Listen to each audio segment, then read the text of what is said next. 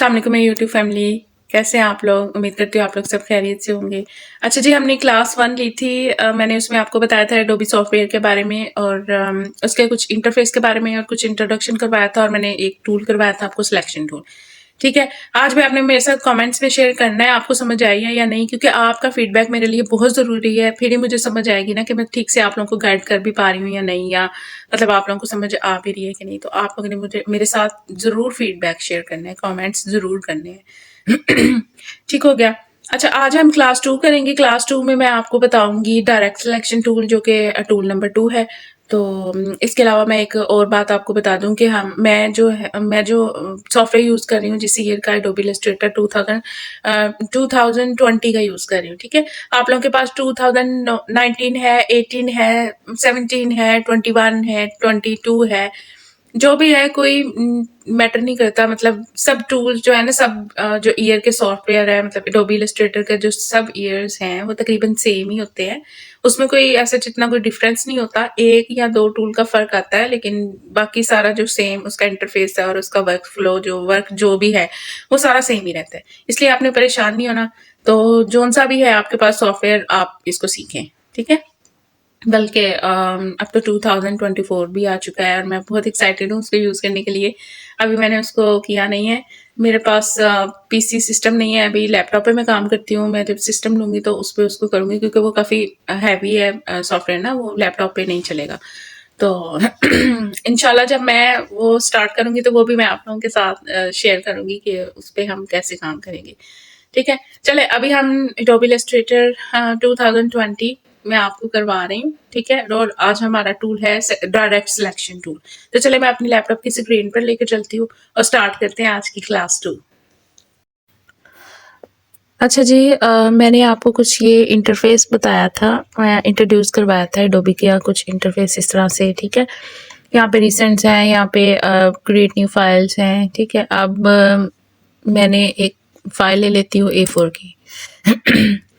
A4 की file मैंने ली है और इसमें हम ये देखेंगे कि ये मैंने आपको कुछ टूल्स के बारे में बताया था, और इसके अलावा यहाँ पे कुछ पैनल है, टूल बार है। ये सारा मैंने आपको पिछली वीडियो में बताया था। जिन्होंने क्लास 1 नहीं देखी वो काइंडली वो उसको देखें, फिर उनको समझ आएगी। ठीक है, अच्छा ये फर्स्ट टूल था, इसमें सिलेक्शन टूल। एक और बात कि जब भी हम किसी एरो, ये जो एरो है ये कर्सर है माउस का, ये जो एरो सा हमें शो हो रहा है, जब हम इसको किसी भी टूल के ऊपर लेके आएंगे ना तो वो एक नीचे एक चिप सी दिखाते हैं। उस चिप पे जो है वो इसका नाम लिखा होता है। जैसे कि अगर हम फर्स्ट वाले के ऊपर लेके आ रहे हैं, थोड़ी देर रुकेंगे तो सिलेक्शन टूल आ रहा है। ठीक है, सेकंड वाले के ऊपर आएंगे तो डायरेक्ट सिलेक्शन टूल बता रहा है। फिर हम थर्ड वाले पे आ रहे हैं, मैजिक वॉन्ड टूल आ रहा है। फिर हम फोर्थ वाले पे आ रहे हैं, लासो टूल आ रहा है। ऐसे वो सबके जो है वो नेम आपको शो करवाते हैं। ठीक हो गया। अब मूव टूल को हमने देखा था। जैसे कि अब मैं कोई सी भी पिक्चर लेती हूँ, मूव टूल को भी चले थोड़ा सा मैं आपको दोबारा से बता देती हूँ कि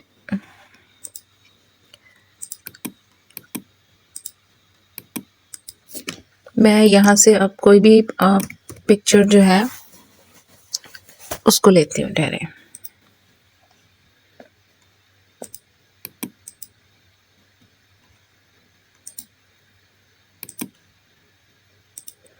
अब पिक्चर मैंने कैसे ली थी, मैं क्रोम पे गई थी। मैंने पिक्चर कोई भी जो मुझे अच्छी लगे उसको मैंने उस पे आई हूँ, उस पे मैंने क्लिक किया। क्लिक करने के बाद उसके मैंने माउस के जो है वो लेफ़्ट क्लिक करके कॉपी इमेज किया। ठीक है, कॉपी इमेज करने के बाद मैं दोबारा से इलस्ट्रेटर पे आई और यहाँ पे मैंने आके Ctrl+V+ करना है, सॉरी Ctrl+V को प्रेस करना है। ठीक है, और ये शॉर्टकट्स जो है वो आपने याद रखने हैं। ये शॉर्टकट जो है वो यूज़ करने से काम में बड़ा फ्लो आता है, काम जल्दी जल्दी से होता है, इसलिए शॉर्टकट जो है वो आपने याद रखना है।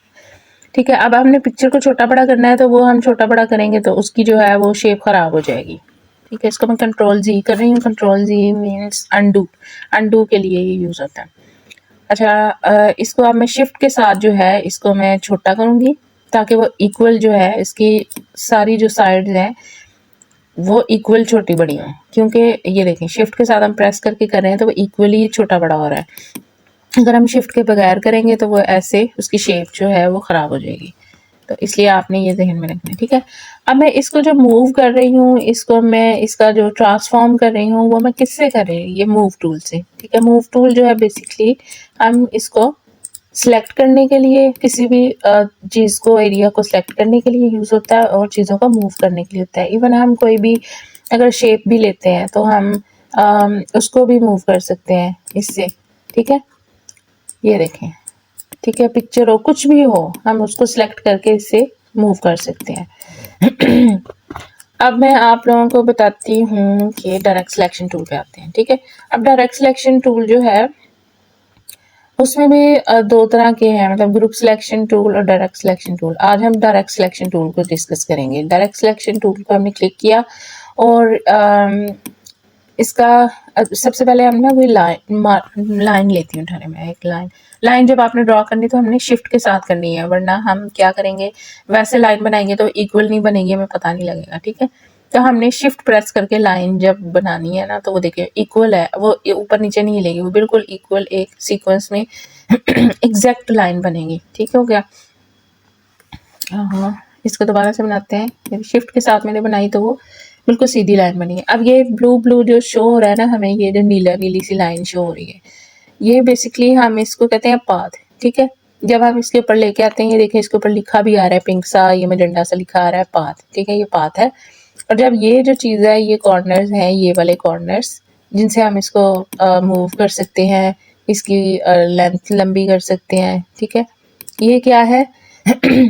ये इसको हम कहेंगे एंकर पॉइंट्स, ठीक है। ये जो है हमारे ये साइड्स पे ये एंकर पॉइंट्स है, और ये इसके ऊपर कुछ लिखा गया है, ये पाथ है और ये एंकर, ये देखिए लिखा आ रहा है ना एंकर, ये एंकर पॉइंट्स है, ठीक है। अब हम डायरेक्ट सिलेक्शन टूल पे जाएंगे, तो डायरेक्ट सिलेक्शन टूल से हम क्या कर सकते हैं, हम इनको सिलेक्ट कर सकते हैं, हम इनको मूव कर सकते हैं, इक्वली मूव कर सकते हैं, ठीक है। अगर हम एक कॉर्नर को सिलेक्ट करेंगे तो हम सिर्फ एक को ही मतलब डायरेक्ट सिलेक्शन टूल के साथ हम एक को सिलेक्ट करते हैं तो हम एक ही एंकर पॉइंट को मूव कर सकते हैं, ठीक हो गया। और इसको छोटा बड़ा भी कर सकते हैं, जितना मर्जी इसको लंबा खींच लें। तो हम एंकर पॉइंट से कोई भी शेप क्रिएट कर सकते हैं, डायरेक्ट सिलेक्शन टूल के साथ हम कोई भी शेप क्रिएट कर सकते हैं, ठीक हो गया।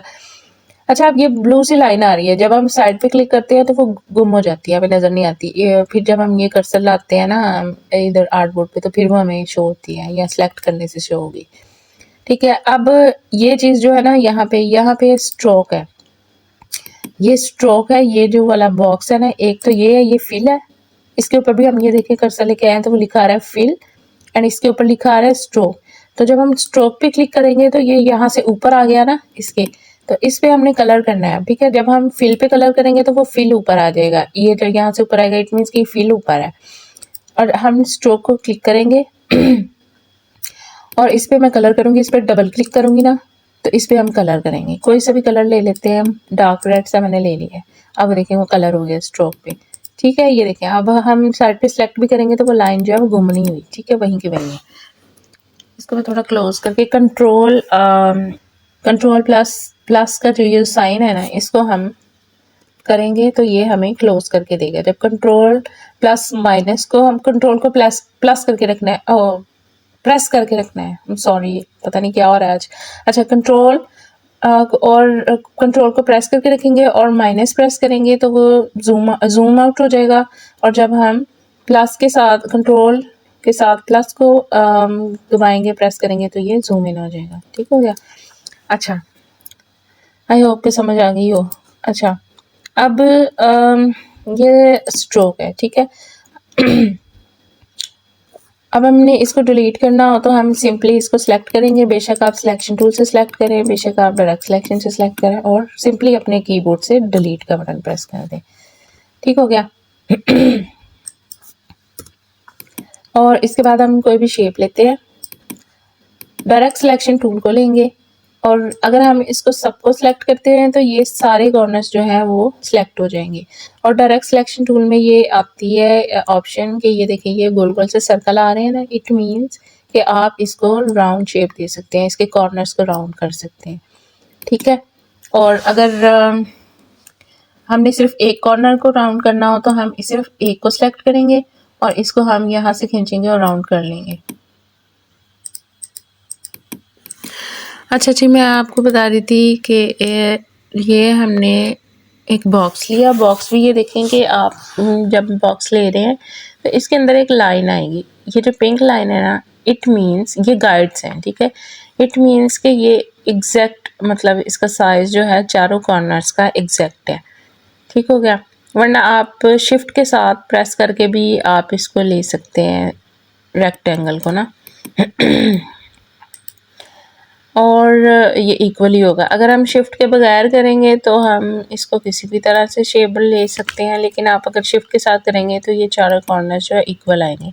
या फिर जब हम शेप ले रहे हो तो इस लाइन को आपने देखना है, ये जो लाइन आ रही है ना पिंक सी, ये जब पिंक लाइन आपको शो हो जाना है ऐसे, तो इट मीन्स कि ये साइज़ जो है वो चारों तरफ से इक्वल है, ठीक हो गया।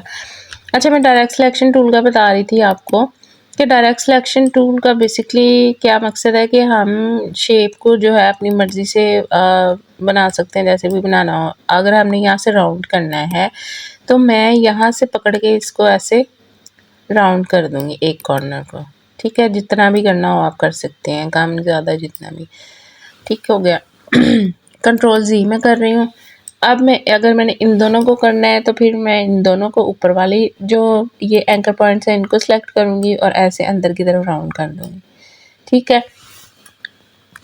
कंट्रोल Z किया और हम इसके साथ क्या कर सकते हैं कि हम इसको अगर एक ये दोनों अब मैंने सेलेक्ट किए हैं ना यहाँ से, तो मैं यहाँ से एंकर पॉइंट को पकड़ के ऐसे इसको मूव कर सकती हूँ, जैसे मर्जी शेप को कर सकती हूँ, क्योंकि ये यहाँ से फिर जब तक सेलेक्ट नहीं होगा ये खुद से मूव नहीं होगा, ठीक हो गया। मैं नीचे करूँ, इसको साइड पे करूँ, लेफ्ट राइट करूँ, जैसे भी करूँ, ठीक है। और अब ये देखें, अब मैंने एक कॉर्नर सेलेक्ट किया तो वो एक को ही मूव करेगा ठीक है। अगर मैं सबको सेलेक्ट करूँ तो वो सबको ही मूव करेगा और शेप बनाएगा, ठीक हो गया। अब मैं अगर एक इधर फर्ज करें मैंने इसको नीचे लेके आना है, इस वाली शेप को यहाँ पे करना है, तो मैं एक ही एंकर पॉइंट सेलेक्ट करूँगी और इसको नीचे ले आऊँगी, ठीक हो गया। इसी तरह हम अब सर्कल पे इसकी थोड़ी सी प्रैक्टिस करते हैं। सर्कल पे मैं आपको बताती हूँ कि ये सर्कल शेप जब मैं इसकी लूँगी, शिफ्ट के साथ मैंने सर्कल लिया और अब मैं कंट्रोल माइनस कर रही हूँ, जूम इन कर रही हूँ इन दोनों को सिलेक्ट करें, नहीं, अगर मैं इन दोनों को सिलेक्ट करती हूँ तो ये देखें 1 2 3 4, ठीक है। सर्कल में भी 4 एंकर पॉइंट है और रेक्टेंगल में भी 4 एंकर पॉइंट है, 1 2 3 4, ठीक हो गया। तो हम इसको भी सिलेक्ट करके जब हम इसका एक ये सिलेक्ट करेंगे ना तो ये हमें कुछ हैंडल्स शो होंगे। दोबारा से करके बताती हूँ, जब हम सबको सिलेक्ट करेंगे तब भी शो हो सकते हैं हैंडल, ठीक है। अभी मैंने इसको एक को सिलेक्ट किया, क्योंकि मैं सेलेक्ट किया तो ये हमें कुछ हैंडल्स शो हो रहे हैं, ठीक है। इन हैंडल्स के साथ हम इनकी शेप को चेंज कर सकते हैं, जैसे भी करना हो। ये देखें, जहाँ से मर्ज़ी हमने कर्व देना हो, शेप बनानी हो, हम उसको हैंडल्स के थ्रू कर सकते हैं।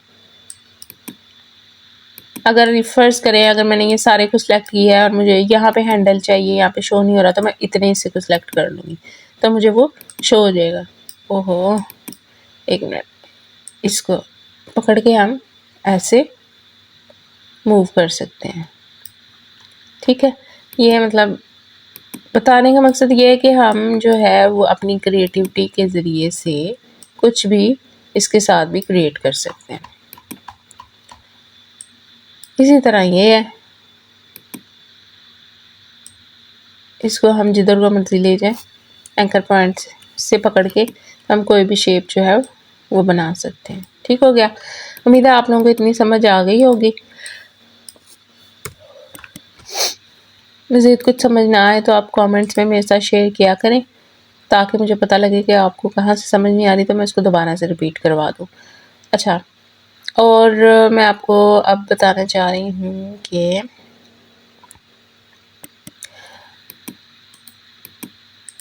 अगर हम सर्कल शेप लेते हैं ना तो हम इसे मैंगो बना सकते हैं। एक मिनट, कंट्रोल जी कर रही हूँ।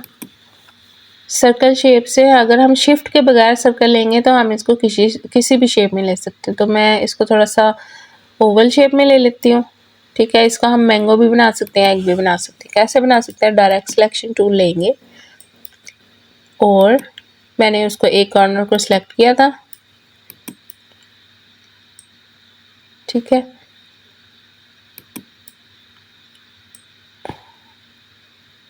यहाँ से थोड़ा सा मैं इसको अंदर की तरफ लेके जाऊंगी।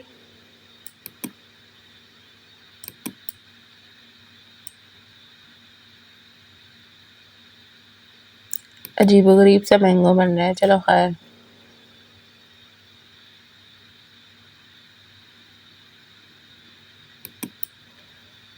ठीक है, डिफरेंट शेप के होते हैं मैंगो। मैंने ये देखे मैंगो की शेप बन गई। ठीक है,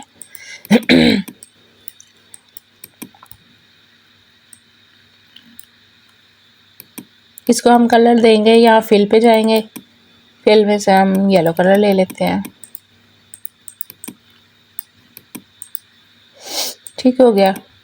अब हम एक ओवल और लेंगे, थोड़ा सा इस टाइप का, शिफ्ट के बगैर मैंने सर्कल लिया। ठीक है, इसको मैं इसका फिल जो है, इसका फिल ख़त्म करने के लिए मैंने सिंपली ये जो रेड ये नज़र आ रहा है ना, नन नन लिखा हुआ है इस पर, इट मीन्स कि आपका ये कलर जो है, फिल जो है उसको नन कर देगा, ख़त्म कर देगा। इसी तरह स्ट्रोक का ख़त्म करना हो तो यही हम स्ट्रोक को सिलेक्ट करके इसको प्रेस करेंगे। ठीक है, और इसी तरह हमने इस पर डबल क्लिक करेंगे तो यहाँ से कोई भी कलर हम ले सकते हैं। स्ट्रोक का कलर लेंगे। ठीक है, ऐसे फिल का कलर लेंगे। तो एग जो वाइट होता है इसलिए मैं इसका फिल कलर नहीं ले रही। स्ट्रोक कलर इसलिए लिया ताकि हमें पता चले कि एग बना हुआ है। अब इसको हम डायरेक्ट सिलेक्शन टूल के साथ सेलेक्ट करेंगे। नहीं, ये वाले पॉइंट्स को सिलेक्ट करेंगे, सेंटर वाले पॉइंट्स को, और सिंपली इसको थोड़ा सा नीचे लेके आएंगे। ठीक है, नहीं, कंट्रोल जी, यहाँ से क्लिक करूँगी और इसको थोड़ा सा ऊपर लेके जाऊँगी और ये हमारा एग बन गया। ठीक हो गया। इस तरह से आप डायरेक्ट सिलेक्शन टूल के साथ बहुत सारी शेप्स बना सकते हैं और बहुत कुछ क्रिएट कर सकते हैं। ठीक है, उम्मीद करती हूँ आप लोगों को समझ आ गई होगी। जिस चीज़ की समझ नहीं आई आप लोग मुझे काइंडली कमेंट्स में शेयर करिएगा, मेरे साथ फीडबैक ज़रूर शेयर किया करें और मुझे बताइएगा आपको समझ आएगी ना। ठीक है, अब अगला टूल हम इंशाल्लाह संडे से पहले मैं आपको नेक्स्ट क्लास भी करवाऊंगी। जी, तो उम्मीद करती हूँ आप लोगों को आज की क्लास पसंद आई होगी और अच्छे से समझ भी आ गई होगी। आप लोगों ने इसकी लाजमी प्रैक्टिस करनी है। अच्छा, एक और बात मैं आपको समझा दूँ कि खाली वीडियोस देखने से कुछ नहीं होगा, आप लोगों ने इसकी साथ साथ थोड़ी थोड़ी प्रैक्टिस भी करनी है। ठीक है, और क्योंकि प्रैक्टिस करने से, प्रैक्टिकल करने से फिर आपको ठीक से समझ आएगी। तो जहाँ से समझ नहीं आएगी आप बार बार वीडियो को रिपीट करके देखें। अगर कुछ पूछना है तो आप मुझे कमेंट्स में क्वेश्चन भी कर सकते हैं, मैं उसका आंसर आप लोगों को ज़रूर दूंगी। और मेरे साथ शेयर कीजिएगा कि आज की क्लास आपको कैसी लगी। और इंशाल्लाह क्लास 3 भी इसी वीक में जल्दी आएगी, कल या होप सो परसों या 1-2 दिन में, संडे से पहले आ जाएगी इंशाल्लाह। ठीक है, उसमें हम थर्ड टूल करेंगे। और अपना बहुत सारा ख्याल रखिएगा, दुआ में याद रखिएगा। अल्लाह हाफिज़।